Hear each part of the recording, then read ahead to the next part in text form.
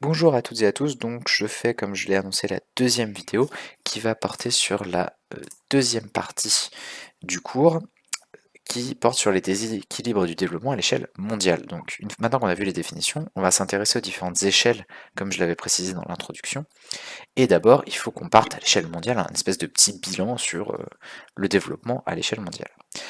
Alors, vous pouvez dans votre livre trouver cette carte qui vous présente, si vous regardez la légende, une différence entre les nords et les suds, qui sont représentés, la différence entre les deux est représentée par cette ligne là qui traverse le monde. Alors il y a une petite erreur d'ailleurs, la Corée du Nord ne fait pas partie des pays du Nord, la ligne elle devrait passer ici.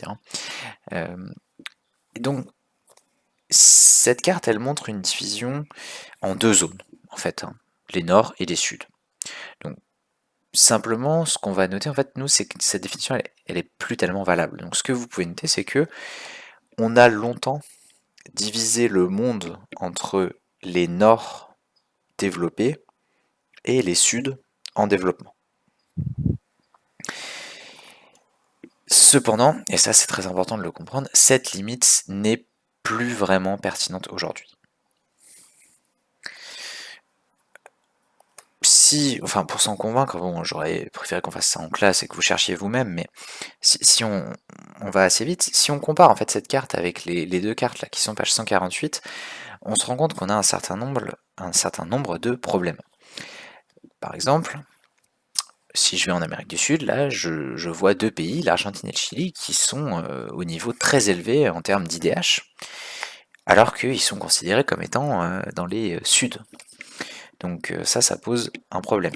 Vous avez également, on y reviendra, le cas de la Chine, qui pose problème dans cette division, et enfin, on le voit encore mieux sur cette carte-là, sur le PIB, on voit très bien que la Chine a un PIB extrêmement important, et donc c'est un peu compliqué de la mettre dans les suds avec les autres.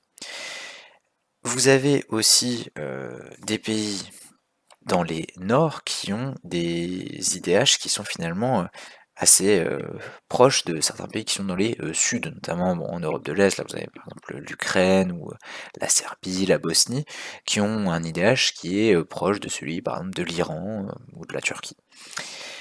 Et enfin, rassembler juste en deux catégories, ça pose des problèmes parce que par exemple, les États-Unis se retrouvent dans la même catégorie que l'Albanie, alors que là, vous voyez, quand je mets ce graphique-là, on voit que le PIB par habitant il est quand même extrêmement différent.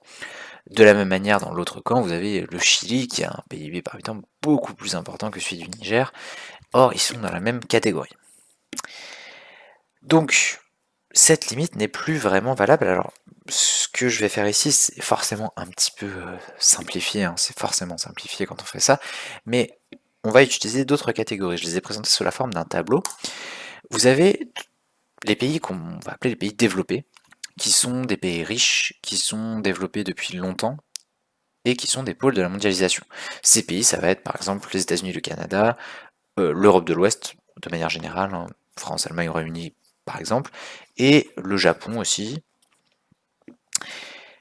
Ça, ce sont les pays qui sont parmi les plus développés au monde. En dessous, vous avez d'autres pays développés qui sont, donc ce que j'ai mis pour préciser, ils sont relativement développés, mais ils n'ont pas un rôle central dans la mondialisation. Là, ça va être des pays par exemple comme la Roumanie ou l'Ukraine. Vous avez également des pays qu'on appelle des pays émergents. Ces pays en fait s'intègrent progressivement à la mondialisation parce qu'ils ont eu une croissance assez forte en général, et une de leurs caractéristiques c'est qu'ils ont encore des fortes inégalités. Alors j'ai précisé un petit peu dans la colonne exemple, vous avez notamment les pays qu'on appelle les BRICS. BRICS c'est Brésil, Russie, Inde, Chine, Afrique du Sud. Ça c'est vraiment les pays émergents qui sont assez puissants. Donc juste, faut que vous les connaissiez ces pays, donc Chine, Russie, Inde, Afrique du Sud, Brésil, il faut que vous sachiez les placer également. Alors je reviendrai sur le cas de la Chine plus tard, je vous donne cette notion parce qu'elle est encore utilisée dans des documents, etc. Mais la Chine peut être mise un peu à part quand même. Et en plus de ces pays, vous avez d'autres pays émergents qui sont un cran au-dessous, qui sont moins puissants à l'échelle mondiale, mais qui se développent aussi assez rapidement dans la période récente. J'ai mis quelques exemples, Vietnam, Turquie, Mexique, Chili. En dessous, on a les pays en développement mais qui ne sont pas des PMA. Les PMA, ce sera la dernière catégorie qu'on va voir juste après. Donc là, il n'y a pas grand chose à dire, c'est des pays qui sont en développement, donc qui ont encore un certain retard de développement par rapport aux pays qu'on a vus dans les 3 autres catégories, par exemple la Bolivie ou la Géorgie. Et enfin, les pays les moins développés, c'est ce qu'on appelle les pays les moins avancés, les PMA. Donc c'est des pays qui sont en difficulté, alors à cause de problèmes, j'ai mis économiques, d'une population peu nombreuse et d'un faible niveau de vie. Il y a une liste en fait qui est tenue par l'ONU, hein, il y en a 47 si je dis pas de bêtises, donc vous voyez sur la carte que j'ai mise, une grande majorité se trouve en Afrique, il y en a quelques-uns en Asie et il y en a un en Amérique, c'est Haïti.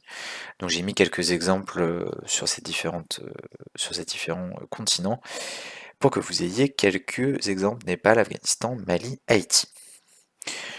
Voilà ce qu'on peut dire pour faire un tableau un petit peu rapide et simplifié des différents niveaux de développement dans le monde. J'aimerais juste que vous rajoutiez en dessous de ce tableau une phrase sur la Chine. Ce qu'il faut noter, c'est que la Chine, pendant longtemps, a été dans les BRICS,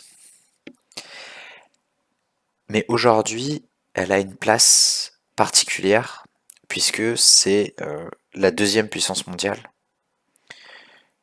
et c'est un pôle de la mondialisation. Alors, en termes de développement, il y a encore des très fortes inégalités, on va le voir juste après, hein, mais c'est un pays qui est vraiment un petit peu en train, enfin, les catégories qu'on utilisait jusqu'à maintenant prennent plus très bien en compte la Chine, si vous voulez. Donc, je vous ai donné la notion des BRICS parce que c'est comme je vous ai dit, c'est encore utilisé, mais voilà, gardez bien en tête et ayez bien noté en dessous que elle a quand même un statut particulier. Voilà pour cette deuxième partie. Vous prenez tout ça en note et vous m'envoyez le tout en photo sur Pronote pour jeudi soir, dernier délai, et on poursuivra ça en classe vendredi.